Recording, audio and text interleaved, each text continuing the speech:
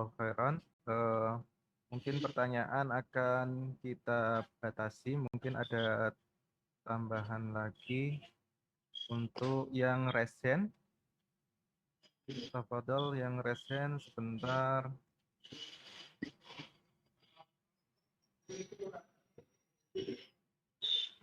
Dari Ustadz Sulis, tafadhol dari Semarang. Assalamualaikum Ustaz. Waalaikumsalam warahmatullahi wabarakatuh. Barakallahu fikum jami'an Ustaz. Wa Semoga fiik Allah wa barak. menjaga Ahlan wa semuanya sahlan. serta panitia. Naam, tafadhal ustadzana. Ustaz, ada yang ingin Ana tanyakan Ustaz?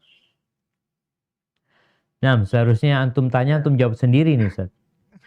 Ana ini yang tolabul ilmi Ustaz. Kulluna tullabul ilm. Nambah. Fadhol. Ya, Ustaz, ini Ustaz Syafiq. Mohon untuk penjelasannya, pelajaran apa yang bisa kita ambil atau nasihat yang kita bisa petik dari 3 tokoh yang terdahulu. Ya, ini ada Qarun, ada Haman, ada Fir'aun, di mana Allah telah memberikan kelebihan pada mereka, baik harta maupun jabatan atau kekuasaan. Nah, ini apa nasihat buat kita yang mungkin sedang diberi amanah harta ataupun kekuasaan atau jabatan, Ustaz. Agar mungkin kita bisa lebih menggunakannya dalam jalan kebaikan, Ustaz. Masya Allah. Barakallahu fikum jami'an, Ustaz. Wa fiik wa barak. Wa fiik wa barak. Jazakallah khair ustadzana. Iya jemaah. Sebenarnya Ustaz ingin mengingatkan kita dengan 3 tokoh yang mereka memiliki peran berbeda-beda. Tapi mereka hidup di satu masa. Fir'aun sebagai sang penguasa. Haman sebagai pejabat negara yang memberikan arahan dia juga. Dia tangan kanannya Fir'aun.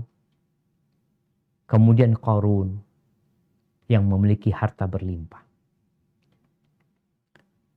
Allah Azza wa Jalla berfirman, Innal insana la yatgha ar-ra'ahu istaghna. Tadi yang dibacakan oleh Ustaz Abdul Malik di surat Al-Alaq. Sesungguhnya manusia itu benar-benar melampaui batas ketika dia merasa nggak butuh sama orang. Ketika dia merasa kaya, ketika dia merasa cukup. Perasaan inilah yang berbahaya.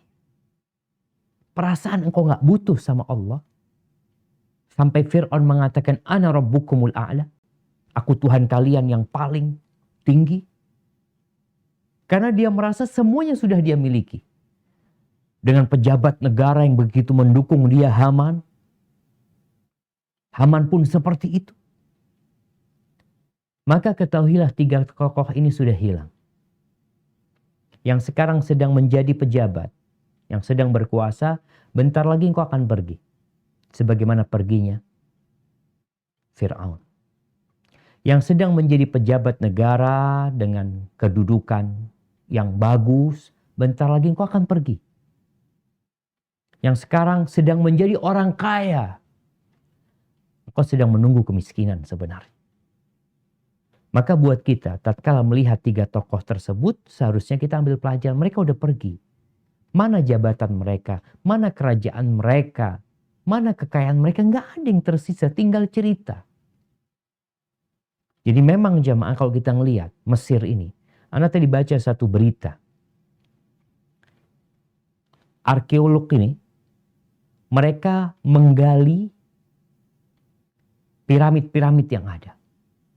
Sisa-sisa harta karun yang terpendam di sana. Mereka sedikit sekali membahas tentang bagaimana Allah menghancurkan yang namanya Fir'aun, Haman, dan Qarun. Bagaimana kisah laut itu terbelah menjadi saksi menenggelamkan Fir'aun.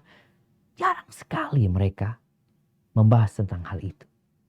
Karena kalau bicara hal itu yang ada adalah mengingatkan manusia akan akhirat. Mengingatkan manusia akan wajibnya beriman. Mengingatkan mereka bahwasanya dunia ini akan berakhir. Jadi kadangkala itu kurang diangkat. Yang diangkat itu piramidnya. Jadi bukan kemana Fir'aunnya, kemana Hamannya, kemana Korunnya.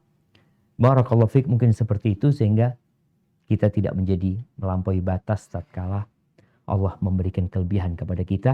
Gunakan semua yang kelebihan Allah berikan kepada kita untuk menegakkan agama Allah. Untuk bersyukur kepada Allah. Kalau engkau menjadi penguasa, jadilah penguasa yang taat sama Allah. Kalau engkau menjadi pejabat, jadilah pejabat yang amanah. Kalau engkau jadi orang kaya, jadilah orang kaya yang berbagi dengan hartanya dan menjadi orang kaya yang seperti Abu Bakar Siddiq, Uthman bin Affan, Abdurrahman bin Auf. Barakallahu fikum. Yep.